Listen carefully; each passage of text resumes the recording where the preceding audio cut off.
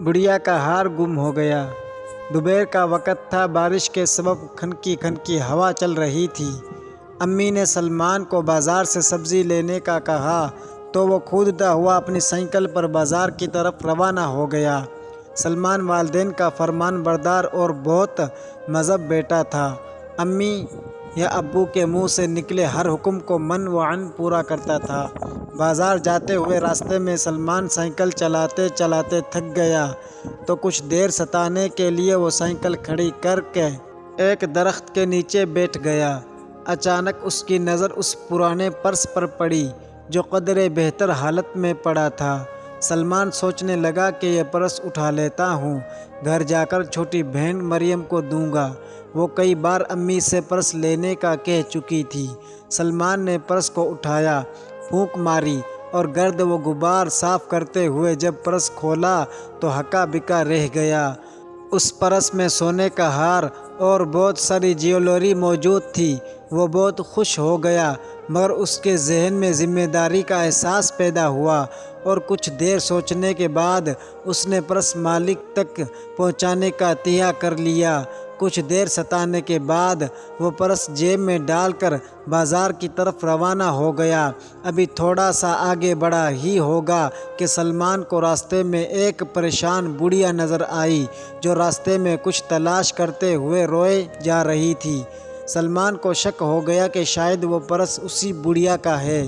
سلمان نے اس کے قریب سائیکل روک کر احتراماً کھڑے ہو کر دریافت کیا، اماں کیوں رو رہی ہو؟ کیا گم ہو گیا ہے؟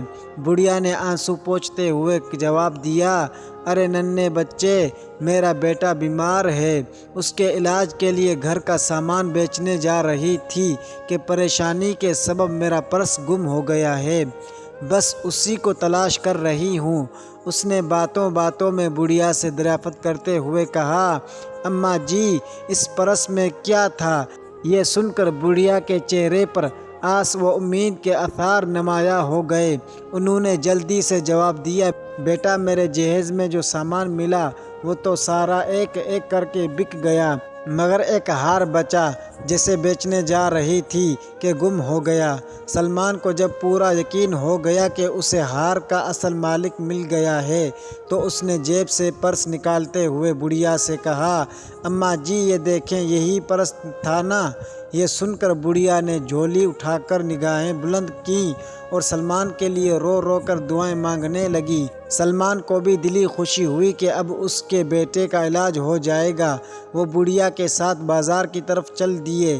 بازار پہنچنے ہی والے تھے کہ سلمان کو کال کر کے ایک شخص نے بتایا کہ آپ اسپتال پہنچیں، آپ کے بابا جان کا ایکسیڈنٹ ہو گیا ہے۔ یہ سن کر وہ رونے لگا اور بڑھیا کو ساری بات بتا دی۔ بڑھیا بھی سلمان کے ساتھ ہسپتال چل دی کیونکہ ان کا بیٹا بھی وہیں زیر علاج تھا۔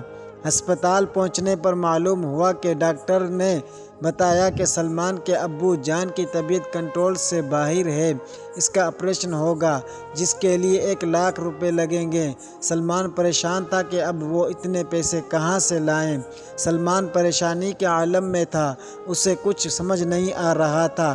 اتنے میں بڑھیا بولی، یہ لو بیٹا یہ ہار بیچ دو اور اپنے ابو کا علاج کراؤ، اب مزید دیر نہیں ہو سکتی۔ میرے بیٹے سے بھی آپ کے بابا کی جان قیمتی ہے کیونکہ آپ نے مجھے میرا پرس دے کر اپنا فرض پورا کیا۔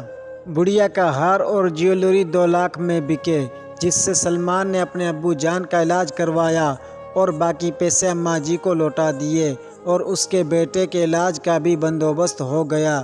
اس طرح دونوں کی جانیں بچ گئی۔ سلمان کو اپنی نیک نیت اور اچھائی کا بدلہ مل گیا۔